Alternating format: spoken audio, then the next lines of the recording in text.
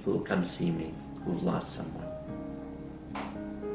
And it's really hard for people to understand where someone goes. Like when you die, what happens? Where do you go? I mean, we live in a physical world. We live this life, this illusion of physicality. For us, there is nothing else. How can we go somewhere? How can we be alive and yet not here? It's a real hard thing to understand. I have my way of understanding it, and that's it works for me. And different beliefs and different cultures have different ways of understanding death and dying and where we go and what happens and purposefulness, and reincarnation is in there too, because reincarnation is believed by significant portion of humanity. So where do you go? Well, one of the things that I've learned over the years, and I've worked with spirit for going on 35 years, so for me this isn't faith. This isn't about I believe this because I have faith. That's not what it's about. I believe this because I know this. This is not about what I believe, actually. This is about what I know. I work with it every day. And it gives me such joy to be able to work with people who have lost loved ones and be able to reassure them that their loved ones are okay, that they're still alive and well, but somewhere else, kind of on vacation, really. And that's a nice thing to know, because we think they're gone. We think we're solitary. We think they've left us. We feel alone, and we miss them. But it's important to know that they're connected to you, that you're not alone, you're not solitary. You are connected to the people that you love, whether they're here in the physical or whether they're in spirit. And that is a truth. And how do they feel when you feel them? Well, imagine yourself having been in a room with someone. You've been together for 30 years and you don't need to talk. You just feel each other. You don't need to have conversation because you just feel each other. And that's comfortable. You know it. You feel them. You feel the connection. And that connection, that way you feel is the way you feel with the ones who you've loved who are on the spirit side now. You feel them. You're not having conversation in the same way you used to, but you're connected to them. You feel them. Their thoughts, your thoughts merge at times. You're aware of them. And that can be very reassuring. But for me, one of the things that has absolutely affirmed the reality of people being able to live beyond this life is some of the proofs that Spirit has given me to share with loved ones that affirm the reality of their being alive and well. And in many cases, you'd have to be an awful good guesser to come up with those things. I remember one that this is probably 10 years ago now, I guess, a woman came to see me and her son had died. And he had jumped off a cliff, and the water wasn't deep and he had died. And she wasn't sure if he committed suicide or not. And she came and to see me, and she didn't say that she had come in to see him, but he showed up, and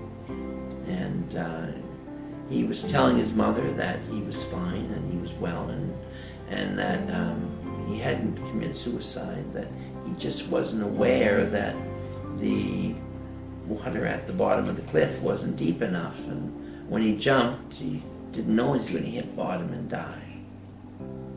And he was kind of shocked that he was on the spirit side, but reassured because someone had met him there when he died.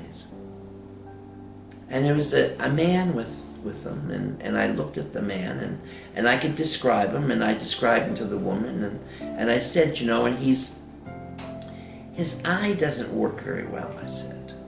His eye doesn't work very well. And she said, I said, and he's telling me he's your brother. And he wants you to know that he's there with your son. And I said, I'm looking at him, and his eye works funny. I don't know what's wrong with it, but something wrong with his eye. It jumps out at me. And she said to me, well, no, he had a glass eye. And she said, I didn't think he'd have glass eyes in spirit, but he had a glass eye. And I said, well, no, it's okay. On the spirit side, he's whole, he's complete, he's young, he's good, but he showed me the eyes so that I would know it was him. So more importantly, you would know it was him, because not many people are walking around with glass eyes, and who are your brother. So he wanted you to know that your son's okay, that he's with family, and that her son's okay, and that he's with family. There was another one that I did. This was a few years ago now. A man came to see me, and he had also lost a son. And again, the son showed up, and I could see him. He was riding a convertible, a red convertible, and he was having a great time. And the hair was blowing, and he had kind of longish hair. It was blondish, and a handsome young man moving along, enjoying life. You know, he was telling his father he was still driving and enjoying it and such. And as I said, I described the car to the man, and the man looked at me, tears in his eyes, and he said to me, that was the car he died in. And he was still driving that car, and he was enjoying it, and he was alive. And he had some other things to share with his father, and his father left after years of being uncertain, years of being lost, years of not being able to get closure. He was able to know that his son was alive and well. Amazing thing, really. Healing, powerfully healing.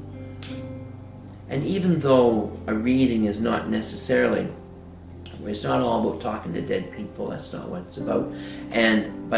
But in terms of death and dying, one of the things it can affirm to us is the reality of a higher life, a life beyond this life.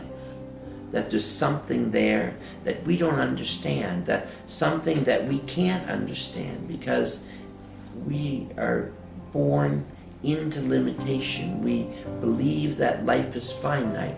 That makes life meaningful. If you knew you were eternal and you came into life and you didn't like where you were in your life, would you stay? Would you put up with all that stuff? Not necessarily. Would you strive in the same way? Would you grow in the same way?